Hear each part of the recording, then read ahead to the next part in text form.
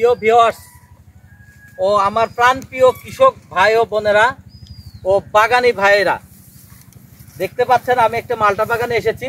এই মালটা বাগানে যে সার্বিক সব সময় পরিচর্যা করে এবং সব সময় সাথে থেকে কাজগুলা করে আমাদের কৃষি সম্প্রসারণ অধিদপ্তরের উপজেলা কৃষি অফিসের পরামর্শে এই বাগানটা বাস্তবায়িত হয়েছে।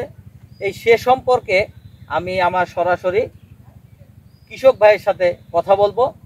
সরাসরি আপনারা কৃষক ভাইয়ের কথা শুনবেন, কি বলে আপনারা শুনেন এই প্রত্যাশায়। জি ভাই, আদাব, ভালো আছেন? এই যে বাগানটা সাজাইছেন, এই বাগানটা সাজানোর একটু গল্প বলবেন শর্টকাটে, মানে যাতে আমার অন্য বাগানি ভাইরা উপকৃত হয়, অন্য বাগানি ভাইরা এই বাগানটা দেখে যাতে বাগান করার আগ্রহ সৃষ্টি হয়। দেখেন এখানে আমি যা দেখতেছি আমি আশ্চর্য হয়ে যাচ্ছি, পাতার চেয়ে ফল বেশি। ঠিক আছে, এখন আপনি এটা কিভাবে সম্ভব করলেন? এটা আমার প্রিয় বাগানি ভাই এবং প্রাণপ্রিয় কৃষক ভাইদের এবং তরুণ প্রজন্মের যারা উদ্যোক্তা আছেন তাদের সম্পর্কে কিছু কথা বলবেন, যাতে তারা আগ্রহ প্রকাশ করে এবং অনুপ্রেরণা পায় এই ধরনের বাগান করার জন্য। আসলে বিষয় হচ্ছে আমাদের এরকম ভাবে কোনো পরিকল্পনা ছিল না। আমাদের খালের একটা পরিকল্পনা ছিল, এটা মাস শেষের। হঠাৎ একদিন আমার ভাস্কর দাদার সাথে দেখা হওয়ার পরে উনি উপজেলার একটা কৃষি অফিসারের সাথে সংযুক্ত আছেন।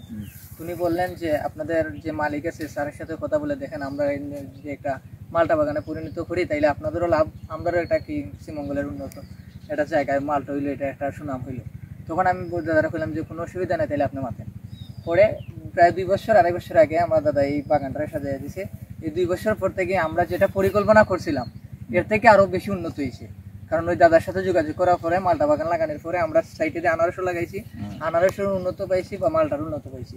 তো কাজে যদি আমরা মালটাটা যদি দাদা এই ডিসিশনটা না নিত তাহলে আমরা এত উন্নত হইতাম না। এই 2 বছরে আমরা ভালো লাভ হয়েছে দাদা। আর এবছর গেছে বছর কিছু কম আসছিল, এবছর আবার ভরপুর। বয়স 3 বছর চলে, এই বছর রানিং 3 বছরে হারভেস্ট হবে। আমি দেখলাম যে এখানে অনেক ভালো কোনো ত্রুটি নাই। যেগুলো টুকটাক সমস্যা আছে এগুলা সমাধান হয়ে যাবে। আর এই যে দেখতেছি পাইপ, এগুলা কি জন্য ইয়ে করছে? এগুলা কি জন্য করছি যে আমরা তো ওই যে চারাগুলো পানি দিতে হলে অনেক সময় দেখা গেছে যে মানুষের অভাবে পানি দিতে দেওয়া যাচ্ছে না বা পানি দিয়ে আমরা কাভার করতে পারছি না। তখন আমি ভাস্করদার সাথে আলাপ করছি, ভাস্করদা বলে যে ঠিক আছে এটা আমি দেখতেছি।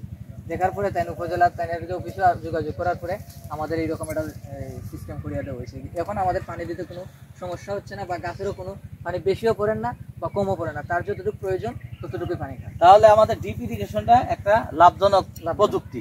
তাহলে আমাদের কৃষি বিভাগের যে এই প্রযুক্তিগুলো প্রতিটাই আপনি কাজে লাগাইয়ে আপনি সফল। হ্যাঁ, সফল আছে।